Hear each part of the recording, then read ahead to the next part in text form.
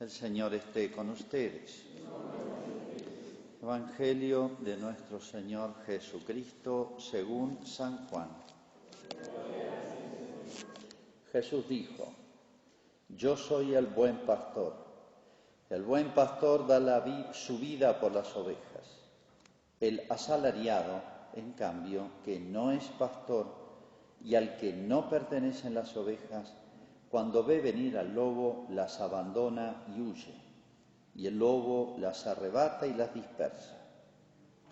Como es asalariado, no se preocupa por las ovejas. Yo soy el buen pastor, conozco mis ovejas y mis ovejas me conocen a mí. Como el Padre me conoce a mí y yo conozco al Padre, y doy mi vida por las ovejas. Tengo además otras ovejas que no son de este corral, y a las que debo también conducir. Ellas oirán mi voz, y así habrá un solo rebaño y un solo pastor. El Padre me ama porque yo doy mi vida para recobrarla. Nadie me la quita, sino que la doy por mí mismo.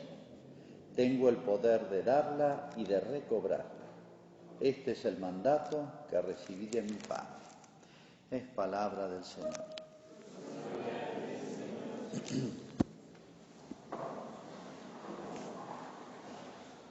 Bien, hoy es el domingo llamado el Buen Pastor. Todos los años es el cuarto domingo de Pascua.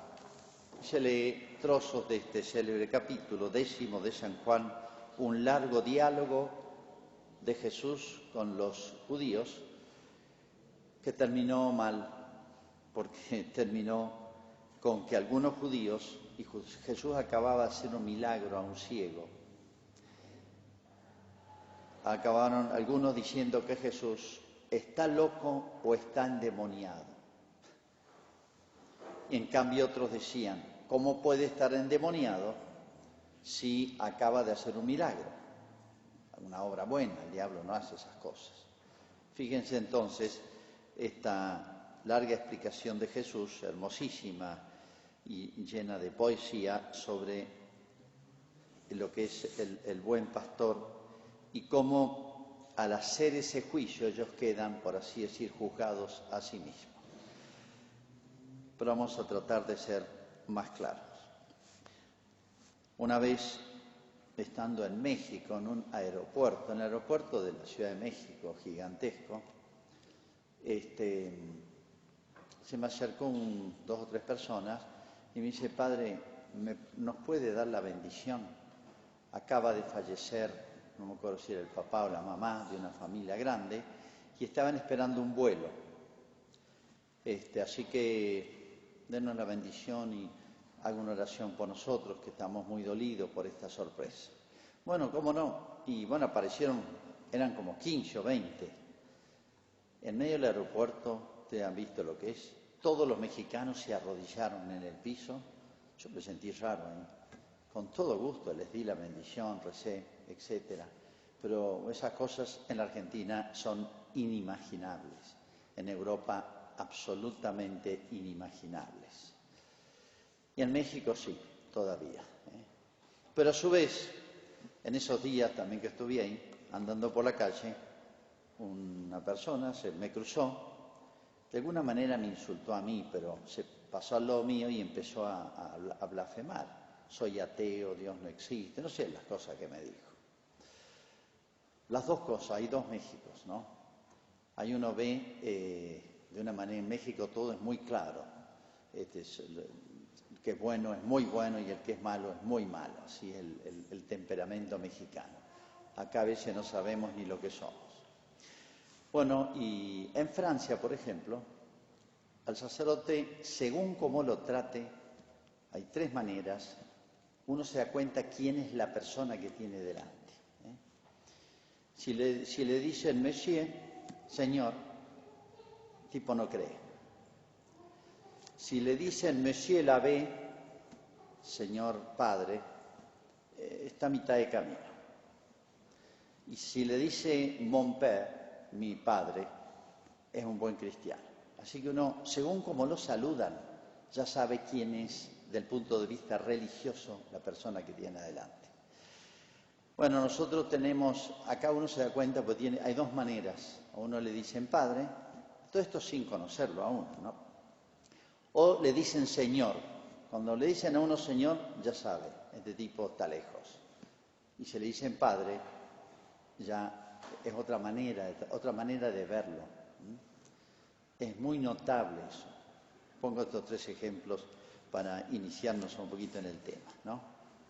Aquí cuando Jesucristo dice el buen pastor, en general es corriente que no se entienda del todo bien. El buen pastor suena, no sé ustedes, suena más o menos como un pastor bonachón, bonito, que deja pasar todo, que tolera todo. La palabra original no representa, significa el pastor verdadero, el pastor con fibra, el pastor que tiene tanta lucidez y capacidad de entrega y de posesión y de entrega, que es capaz de pelear y morir por su rebaño. Eso no es una figura bonachona, así blanduzca, sino que significa realmente un hombre de fibra y de coraje. Pastor verdadero, y puede ser pastor bello, porque lo verdadero y bello están muy cercanos, son dos ideas muy vinculadas. Un gesto heroico, grande, valiente, uno dice, qué gesto más bello, qué belleza en esa actitud. O entonces, ante todo, lo que Jesús, la manera como se autodenomina buen pastor, significa yo soy el verdadero pastor. Bueno, Cristo lo podía decir, nosotros sería una especie de atrevimiento, un acto de soberbia decir yo soy el buen pastor. Pero el buen pastor, ¿quién es? Cristo. Por encima de todos los pastores que dejó en la tierra, de alguna manera los diáconos, pero bueno, sobre todo sacerdotes, obispos y el Papa, por encima de todos nosotros está Cristo. Como diciendo, mira, aunque esto fallen, hay alguien que nunca lo suelta, que siempre va a estar. Hay un salmo muy lindo, el Señor es mi pastor, nada me puede faltar. Pero ¿cómo? ¿Quién es el pastor? El sacerdote de la parroquia, el obispo, el papa, el Señor es mi pastor. El cristiano siempre puede y debe decir eso, y debe percibir lo que significa eso. El Señor es mi pastor. Eso es lo que hizo Dios experimentar a Israel. Ya el tema del pastor, Dios como pastor, aparece mucho en los profetas, sobre todo el profeta Ezequiel. Es tremendo cuando habla de los malos pastores. Es durísimo, realmente. Bueno, cuando Cristo habla de esto de pastor, todo judío ha pensado en el texto de Ezequiel, capítulo 34. Tremendo, es todo contra los malos pastores, ¿no? Bueno, hasta haciendo referencia obviamente a eso Jesucristo. Entonces, ¿quién es el pastor en la iglesia? Es Cristo. Debajo de Cristo los que Él dejó. Tú eres Pedro, la piedra, sobre esta piedra edificaré mi iglesia. El Papa tiene el cargo y responsabilidad de pastor con mayúscula. Después los obispos y después los sacerdotes, párroco y los demás sacerdotes.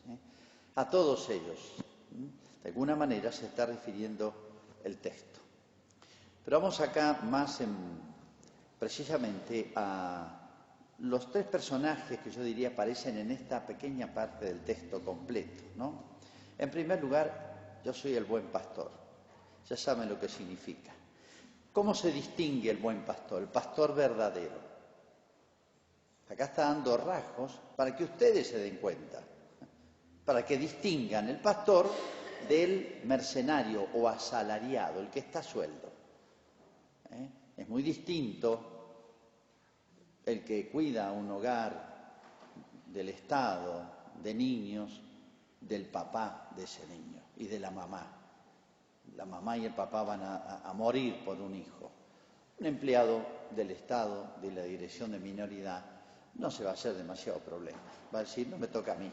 Eso es lo que le corresponde a fulano, sultano, al médico, al psicólogo, al psiquiatra, a la Dirección de Minoridad, al gobernador, al ministro. No me interesa, como pasa tanto. Tres rasgos pone acá. Primero, da la vida. Pero habría que decir también, da vida. El Señor es mi pastor, nada me puede faltar, a verdes praderas me conduce. ¿Se acuerdan del Salmo 22, no? El buen pastor, primer rasgo, da vida, la vida sobrenatural, la vida espiritual. Es sacerdote. Tengan en cuenta, porque estos son rasgos del verdadero pastor y ustedes tienen que darse cuenta quién es verdadero pastor. Ustedes nos tienen que tomar examen a nosotros. Tengo que decirlo, lamentablemente, pero de hecho lo hacen. Todo el mundo juzga al cura, con bueno o mal criterio, como lo hicieron con Cristo. Terminó de hacer milagros, esta hermosa exposición, y uno dijeron, está loco, otros decían, está endemoniado, y otros decían, no, viene de Dios. Ya vean la diferencia con Cristo. Lo mismo pasa en toda la historia, pero espero que acierten con los detalles que da acá. En primer lugar, da la vida, da vida, pero da su vida, mucho más. Entonces, da la vida, en el sentido, da lo que debe dar un sacerdote. Al sacerdote pídanle lo que es sacerdotal. Pero si ustedes no saben lo que es ser un sacerdote, que es el escalera, el que me ayuda al cielo, entonces le van a pedir otra cosa. El sacerdote no está, como tanto a veces se publicita o se le exige a la Iglesia, para dar de comer a todos los pobres del mundo y eliminar la miseria y la pobreza. Habrán escuchado 1000 veces, ¿por qué el Vaticano no vende todo y le da de comer a los pobres? Esa es misión de los políticos, no del sacerdote. ¿Por qué el cura no vende la Toyota y le da de comer a los pobres? Me quedo a pie, no vamos más a atender ni enfermos, ni el campo, ninguna casa, ni un entierro, nada. ¿Y qué le damos? 2 días. No es la misión del sacerdote esa. Nos corren con eso. Esa es misión de los políticos. Velar por el bien común temporal, que a nadie le falte el trabajo, la comida, el techo, la educación, la seguridad, la salud. Eso es misión de los políticos, no es de la Iglesia, no es del sacerdote. Pero fíjense cómo el mundo pícaro, nos quiere desviar la atención, nos pide a veces, nos exige a veces, nos examina a veces en cosas que no tiene que examinar. Examínenos si somos buenos sacerdotes, en el sentido de que damos para lo que estamos. A un médico ustedes no le van a pedir si le asaltan la casa, no van a llamar a un médico, venga, llaman a la policía ustedes. Y si se sienten enfermos tampoco van a llamar a un policía. Entonces, uno sabe a quién acudir. Entonces, sepan, ante todo, para qué está el sacerdote, dar la vida espiritual.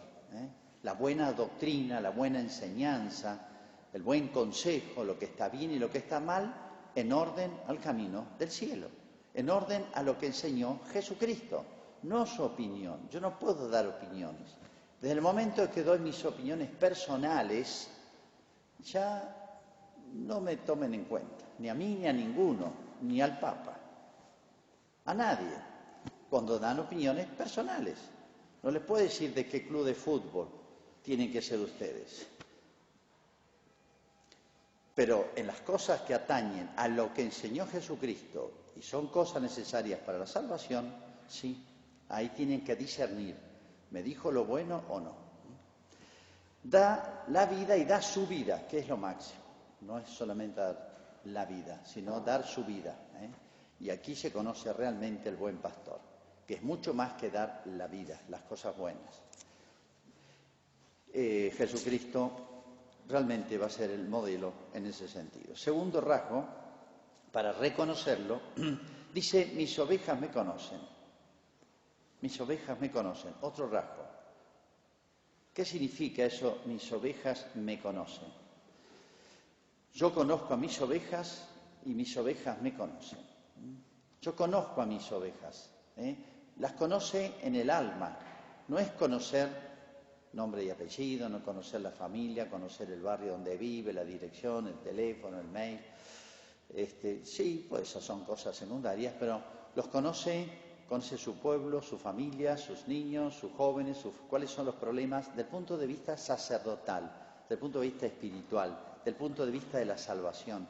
Lo que hace bien y lo que hace mal a una parroquia, a un pueblo, a una ciudad, a una época. Para eso está el sacerdote.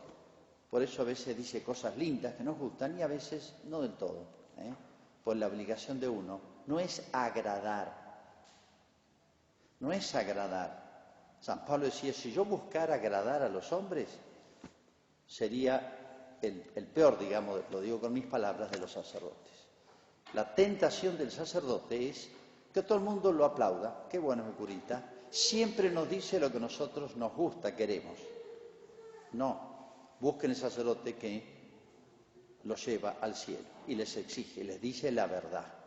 O dice la verdad sobre el mundo en el cual vivimos, el ambiente que respiramos y en esta época qué nos hace bien y qué nos hace mal. El tema da para mucho más. Yo conozco a mis ovejas y mis ovejas me conocen a mí. Las dos cosas van muy juntas. Hay como un feeling, una sintonía. Acá está el tercer rasgo. La Iglesia, desde hace siglos, llama a esto, mis ovejas me conocen, lo que se llama el sensus fidei o el sensus fidelium. Es una palabra muy antigua y una costumbre antiquísima, diría de siglos, diría de los primeros siglos de la Iglesia. Sensus fidei, el sentido de la fe.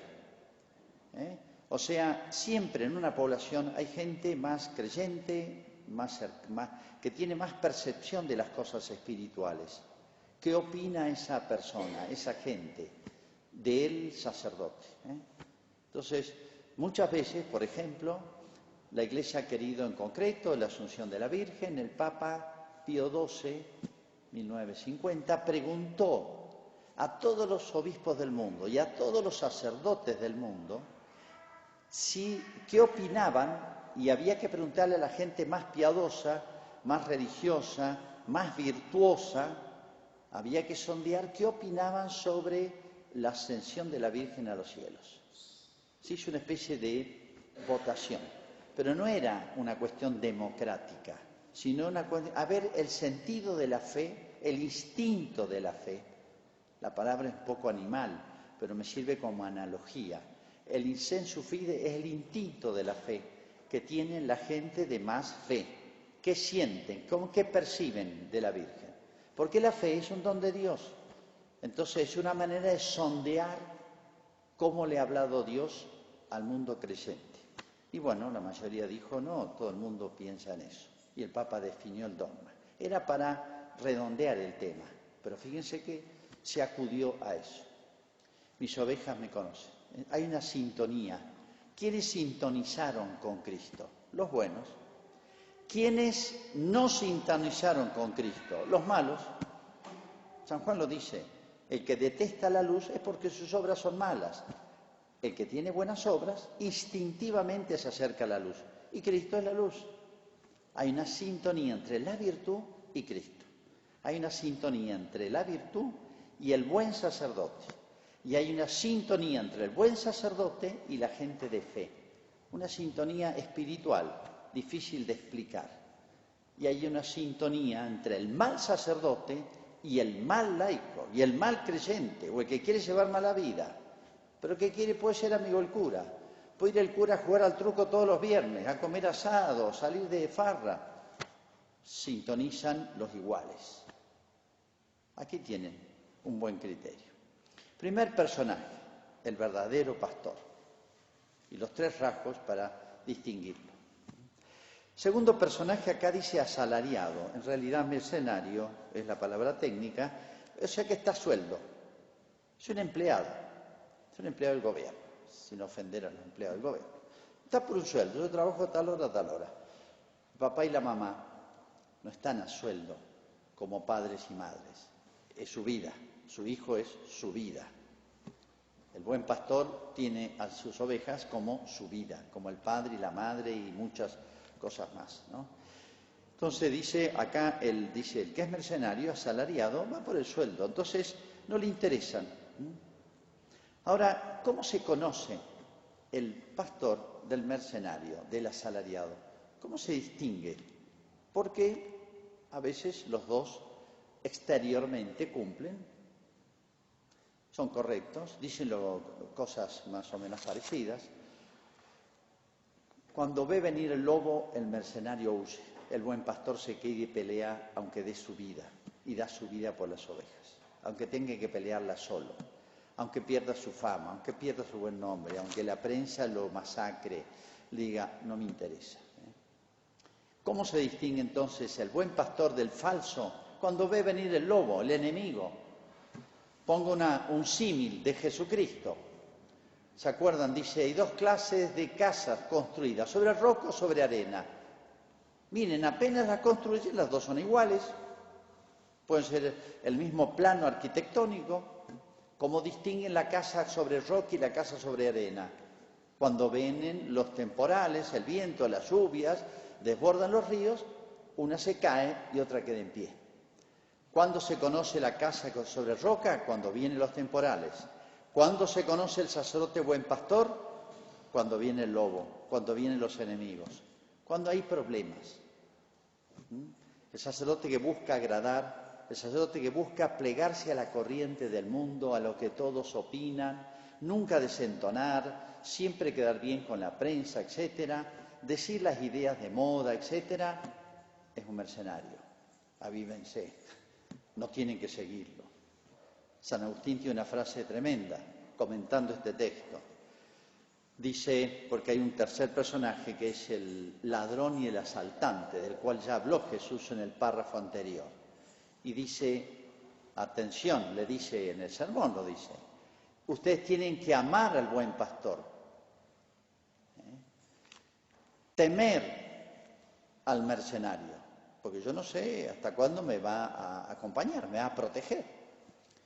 Tienen que cuidarse y huir del ladrón y del asaltante. Pero para poder distinguir entre el pastor, el mercenario o el asalariado y el ladrón y asaltante, que es el tercer personaje que, repito, lo dijo un poco antes Cristo en el texto, tienen que ustedes hacer un juicio. O sea, ustedes tienen que juzgarnos a nosotros.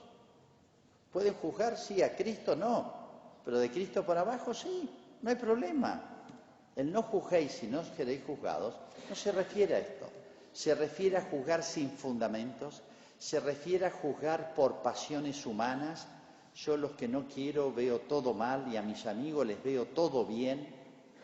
Ese es el no juzguéis, dice Cristo. Pero en esto hay que juzgar. Es más, se juega la vida de ustedes, el cielo de ustedes. Si siguen un mal sacerdote, se van al infierno con el mal sacerdote. Entonces, después no le echen la culpa, no, si yo seguía al sacerdote, pero Dios te dio la inteligencia y te dio la fe, te dio el sensus fidei, te dio un instinto sobrenatural para saber a quién seguir. Creo que les ha pasado a todos o a muchos de andar por distintos lugares del país, provincias, etcétera, y llegan y dicen, padre, qué misas raras que hay en otro lado. El sacerdote celebró todo el tiempo sentado. El sacerdote improvisó toda la misa, no siguió el misal. El sacerdote dijo, pasen todos a comulgar, no interesa si la situación que tienen, de pecado o no pecado, si se confiesan, no se confiesa nadie, pasen todos, total, son todos hijos de Dios, queridos por Dios. Padre, nos hizo poner a todos alrededor del altar y todos dijimos la palabra de la consagración. Padre, puso el copón arriba del altar y cada uno autoservice. He escuchado absolutamente todo, y muchísimas cosas más y peores. Buen pastores, mercenarios o ladrones y asaltantes. Eso es sacrilegio. Deformar la misa yo no la invento, no la puedo improvisar. Es un don de Dios.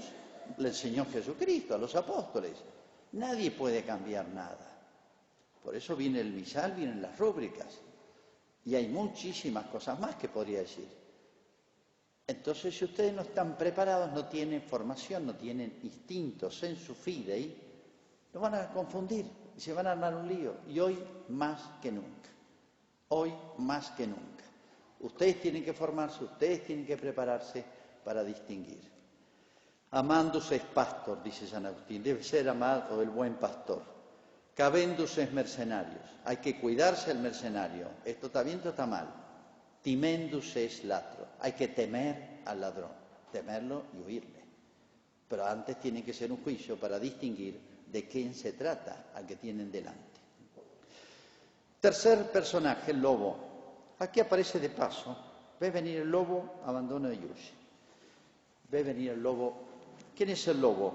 Bueno, acá con la palabra lobo se refiere a todo aquel que es enemigo, absolutamente enemigo de la salvación. Fíjense cómo ese mismo lenguaje pasó a la historia. Les leo un textito de San Pablo, realmente muy lindo, muy impresionante. Dice así, San Pablo, gran apóstol, toma casi textualmente las palabras de Cristo. Bueno, él ya está avanzado en su vida, ha hecho apostolado por todos lados, le ha ido mal, le ha pasado de todo, se acerca a su final. Él convoca a todos los sacerdotes, fíjense, estoy hablando del siglo I, de la zona, en un lugar llamado Mileto, cerca de Grecia hoy, es una isla. Bueno, y dice, se despide así, le habla a los sacerdotes. Yo sé que después de mi partida, él ha predicado años en esa zona. Les ha hablado y hablado y hablado, San Pablo. Yo sé que después de mi partida se introducirán entre vosotros lobos crueles que no perdonarán al rebaño. Y también que de entre vosotros mismos se levantarán hombres que hablarán cosas perversas para arrastrar a los discípulos detrás de sí. O sea, entre ustedes mismos, sacerdotes, va a pasar esto. Les profetiza San Pablo, sacerdote formado por San Pablo, formado por San Juan.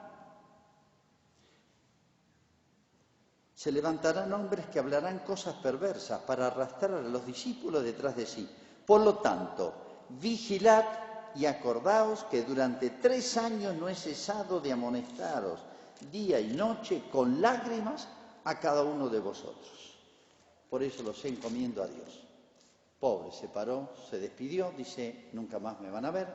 Todos lloraban de despedirse de un apóstol tan grande. Aún entre ustedes. Y es lo que había arrancado lágrimas a San Pablo, formados por él, y él ya hace como una especie de profecía. Bueno, se podría comentar mucho más qué significa el lobo, pero el lobo viene a comerse la oveja. En el orden espiritual son las tentaciones que el demonio hace a todos los frentes, a todos los niveles, a todos, a la Iglesia. Así como tentó a Pedro, que es el primer papa, y lo hizo pecar. Así también a los sacerdotes, como decía San Pablo acá, muy claro, usa el lenguaje de Jesucristo, casi textualmente de la parábola, ¿no? Bueno, redondeo finalmente con esta reflexión. ¿Por qué? ¿A quién le habla Cristo? ¿Por qué dice esto? En primer lugar, es un mensaje para nosotros los sacerdotes. Sean buenos pastores, den buen alimento, se enseñen la doctrina de Cristo, no inventen nada, no fabriquen nada, no cambien, porque es corregir a Jesucristo.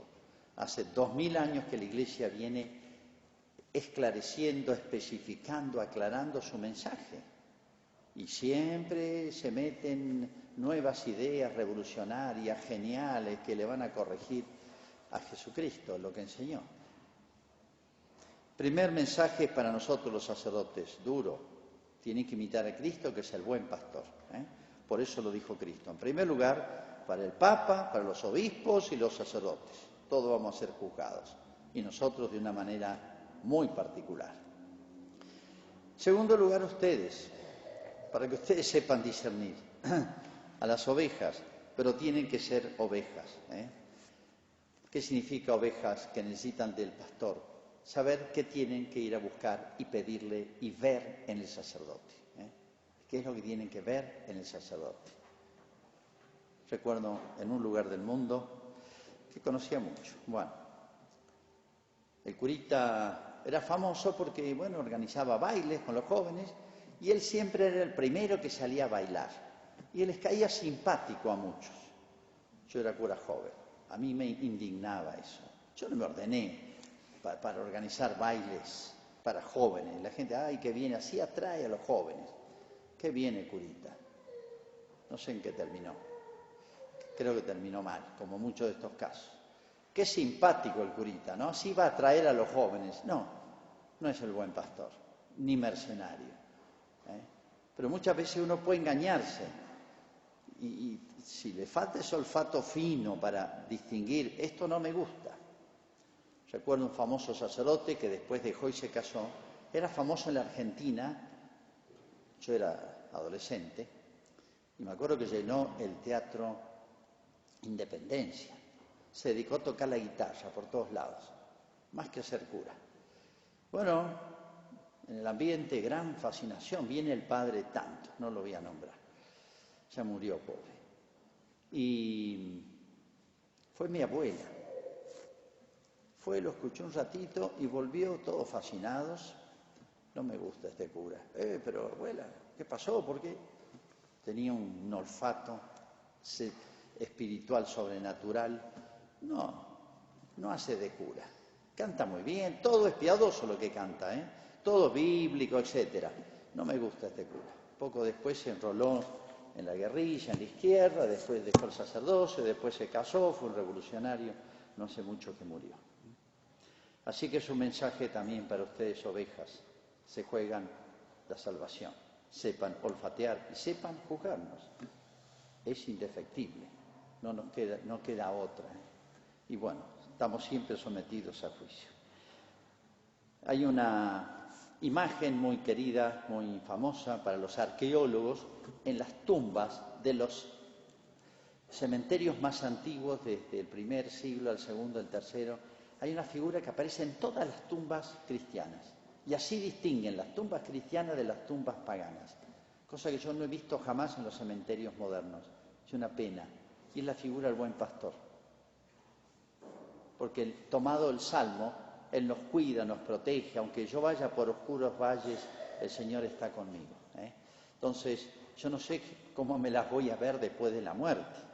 Son los oscuros valles, el juicio de Dios, y rindo cuenta de mi vida.